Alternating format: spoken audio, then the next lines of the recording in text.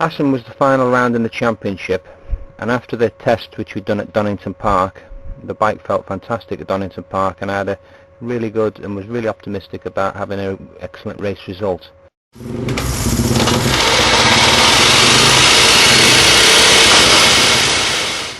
First thing, like most meetings, we have to get the bikes prepped up, warmed up for the noise meter check, get them all the correct numbers on board and get them to do the noise meter test, etc. Down to technical inspection.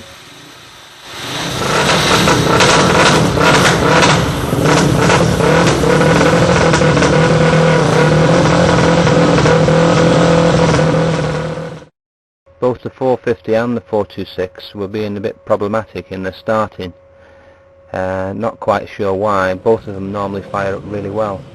I've been running the number 2 all year, but for some reason the organisers decided to make me race number 22. Better than 69 or 96, I suppose, meaning to just add another 2, but the number boards aren't that big and it's always a bit of a squeeze trying to get any other digit on.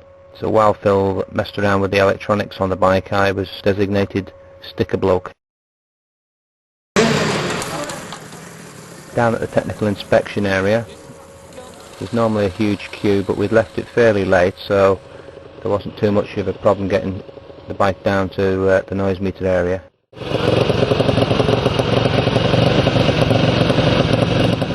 The Dutch are very fussy about the noise levels, and they just don't allow it. If it's 1 decibel over, that you're out, and that's the end of that. So very apprehensive. I failed a couple of times there before it passed, so I was quite anxious to get the bike.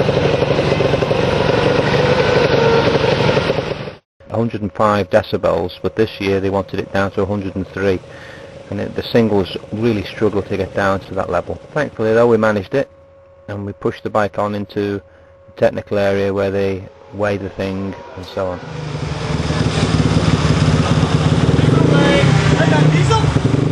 Evert van der Beek's bike is used as a general paddock bike, and Henk From was warming it up and creating a right mess.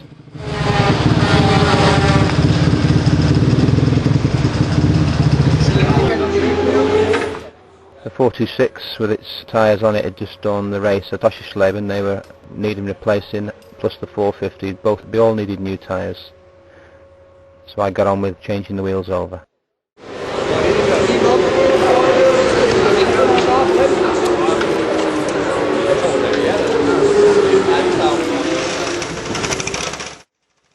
The 450 had gone through technical inspection, so we decided to take the 426 down as well to get that through, so we had a spare backup bike.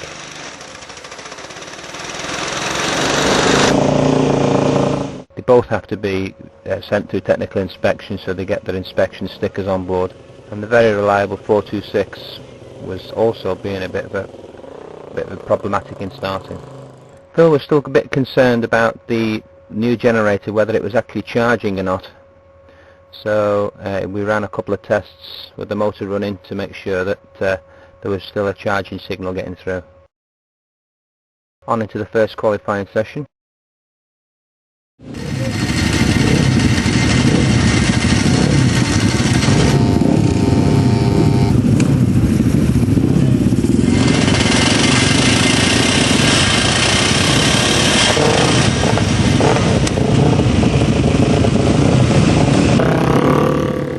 And out onto the track.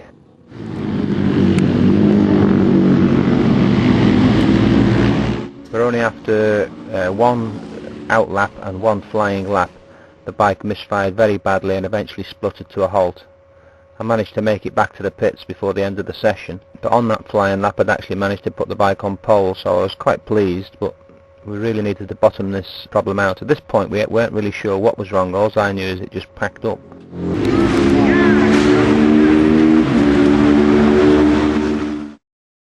So tank off to see if there's any obvious signs. Spark plug cap off, fuel line missing, things like that. But the bike just didn't want to fire.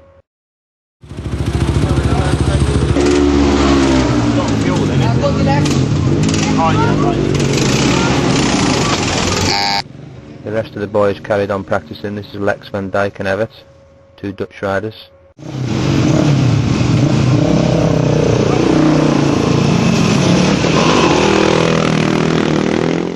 this point we were starting to get a bit frantic because time was running by, and at that point I'd only done one flying lap.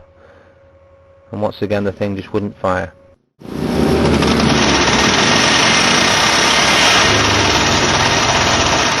We decided to check that there was a spark, there was fuel getting through, so the next thing is a spark, so we took the plug out and spanned the motor over with the engine starter. Tried different spark plugs, all to no avail, no spark.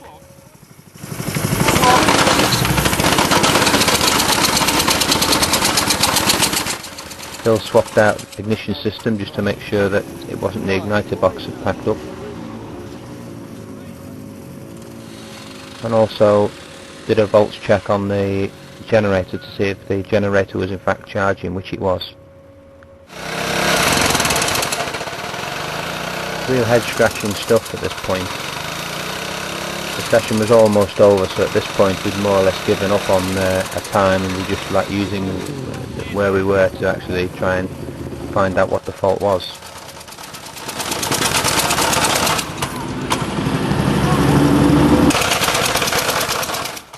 Got the bike back into the garage after the session had ended, laid it over on its side so we didn't lose any oil from the motor, and exposed the generator. We thought initially it may have been just something simple like a broken wire and so on, but after we popped off the generator rotor, which houses the generator itself, we found that the actual windings themselves had come loose and were just basically jangling around inside. So Chris snipped everything up while I checked out the race times. At the end of the session I was still in third place with a reasonable time.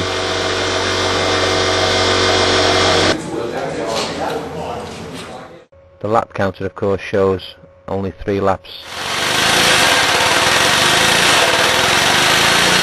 Chris had got the bike back together, so it's onto the rollers to see if it would fire.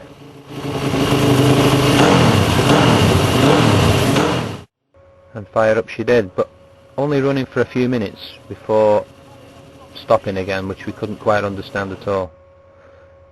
We were elated 1 minute, and then the next minute she just wouldn't go.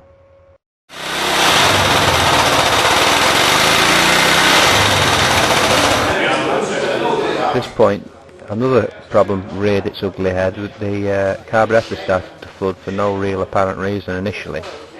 It was only when I reconnected the tank that I discovered that the QD connector, where it goes into the pipe had split and it was running down the pipe. Glad we found it now and it didn't happen in the race or anything.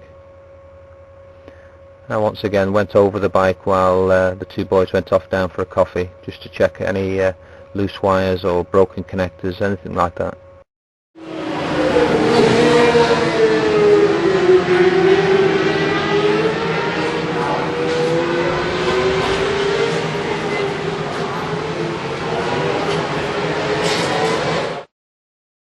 So we managed to find out, we thought we'd cured it by spacing out the ignition pickup with nylon washers and screws, hopefully isolating it so it wouldn't earth out, and it seemed to work. So for the second session we were hoping for, well, we're basically hoping that the bike could keep running.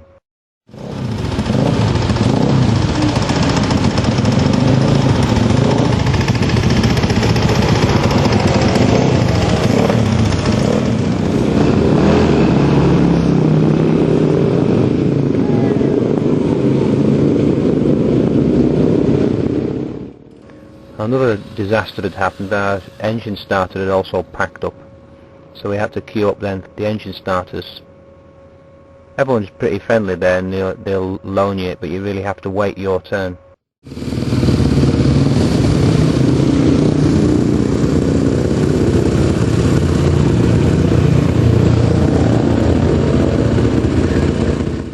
So out onto the track for the second qualifying session. After several laps to make sure everything was okay, I pitted and went out on the 426 to make sure we had a backup bike.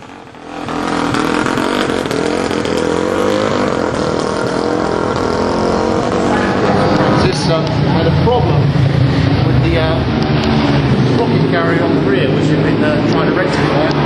However, it now seems that we have have a head gasket that's gone pop. So we are fishing some water out as we speak. So he said it's not really going to be out. Clive Chitty telling everyone about his misfortune. He had a pretty horrid week also.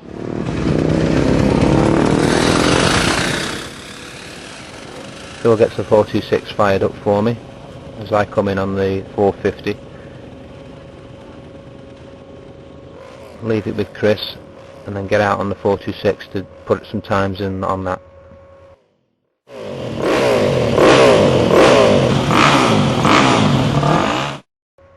So the repairs that we'd done to the generator, isolating the pickup, seemed to work. They were only nylon screws and washers, so we were keeping our fingers crossed that it managed to hold itself together. It did in that practice session, and overnight we checked it to make sure it was all stayed in place, and things looked good.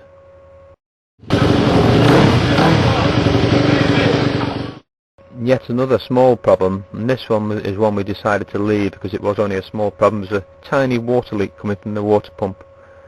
There's only a drop every now and then, so it was clear that the seal may have been on its way out, but we decided to leave it.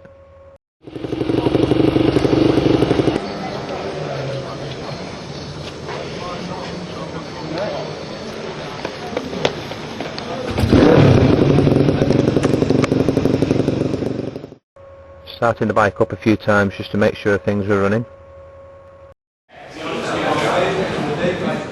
Everett van der Beek's beautiful Ducati Supermono.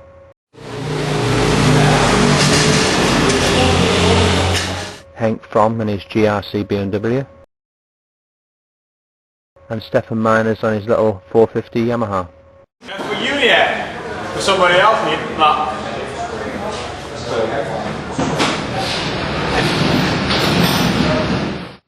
Getting the bike ready for morning warm-up.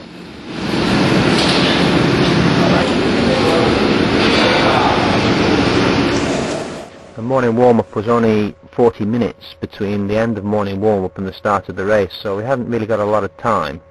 So this was really just a few laps on the bike just to once again make sure everything was holding together.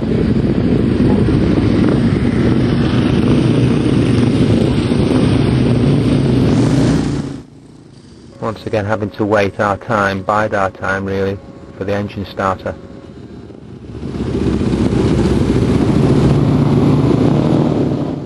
Finally we got a go on the engine starter,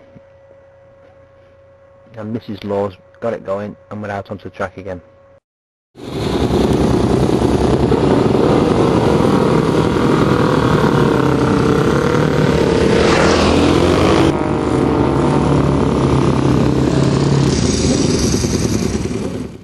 Mark looking very regal. Smartly turned out, him and his bike.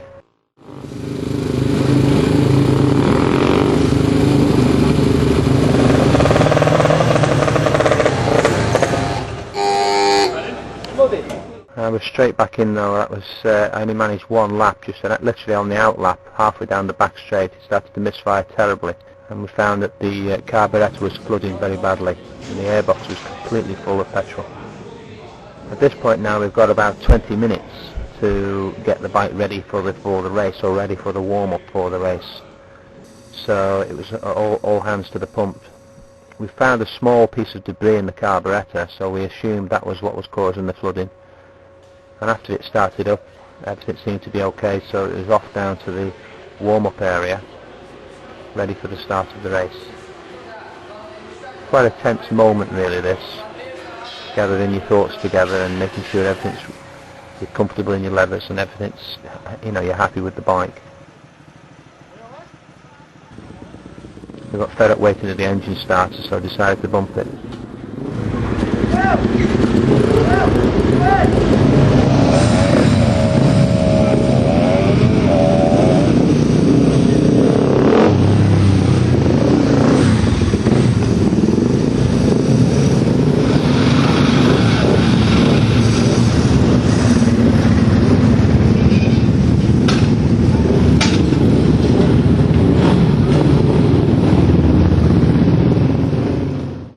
However, in the warm-up area, when we decided to bump it again, it just wouldn't play ball, it just wouldn't start up.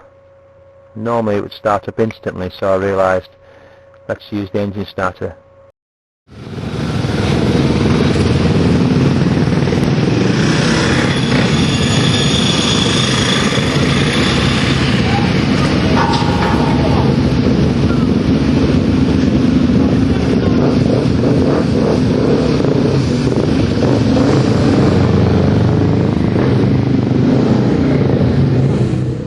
Everyone making their way down, all the engine starters making their way onto the line, out of the warm-up area.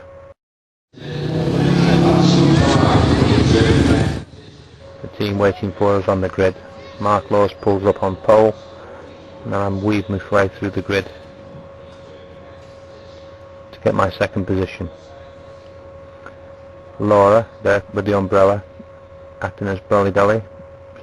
She was Anthony's girlfriend.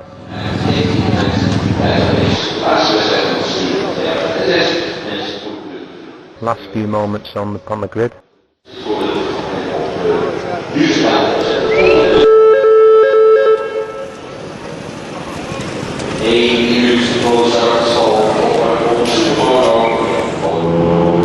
After the start of the race, only 3 laps into the race, while leading, as the leaders go through, my bike failed.